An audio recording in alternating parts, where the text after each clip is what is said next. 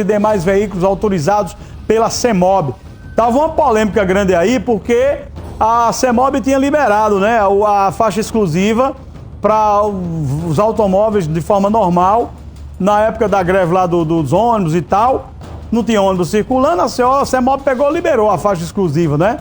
Mas aí gerou uma celeuma danada, porque a faixa exclusiva, ela de certa forma dá uma agilidade maior ao transporte público, que é preciso ser a prioridade, que é o que transporta mais gente.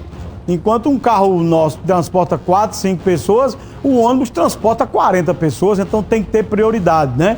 E agora voltou, a faixa exclusiva volta a ser exclusiva para ônibus e outros veículos autorizados devidamente pela CEMOB. O Washington Luiz é quem tem os detalhes dessa decisão que foi anunciada ontem. Vamos ver aqui, ó. As faixas que são exclusivas para ônibus, que estavam sendo feito um estudo para que pudesse ter o fluxo dos veículos e uma posição a ser tomada por parte da CEMOB, após um relatório entregue na última sexta-feira ao prefeito em exercício, Léo Bezerra, ficou decidido que a prefeitura vai continuar as faixas sendo exclusivas para ônibus, exceto o sábado a partir do meio-dia. Nós vamos conversar agora com o Cesário. Cesário, as faixas voltam à normalidade dos ônibus. O retorno, né, da exclusividade para o transporte público, nós já temos a flexibilização para os táxis e os transportes escolares, esses também podem utilizar como transporte de massa. Então, o nosso estudo, que foi pedido pelo superintendente Marcílio, né, pelo prefeito Léo Bezerra, foi no sentido de que a gente avaliasse o impacto dos carros particulares utilizando a faixa exclusiva.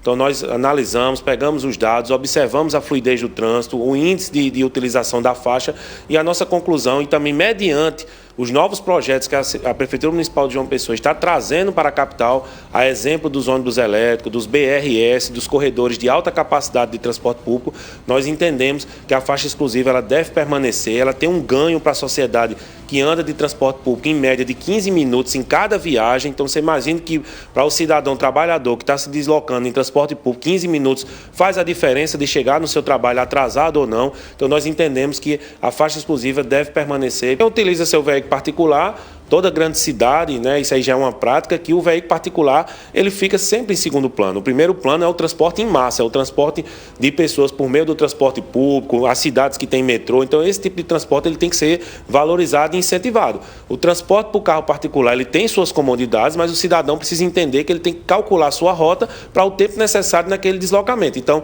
o veículo particular ele vai poder acessar 50 metros antes para adentrar no seu imóvel, adentrar num comércio ou adentrar numa via à direita. Então ele continua com aquela permissão que a gente explicou de 50 metros para acesso aos lotes ou ruas transversais. Fora isso, ele deve continuar o seu percurso. Tem as rotas alternativas, a exemplo da Epitácio Pessoa, que tem a Rio Grande do Sul como rota alternativa no sentido centro.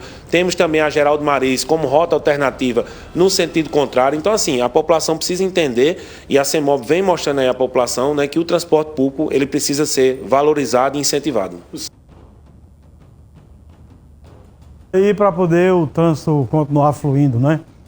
7h11 agora, 7h11.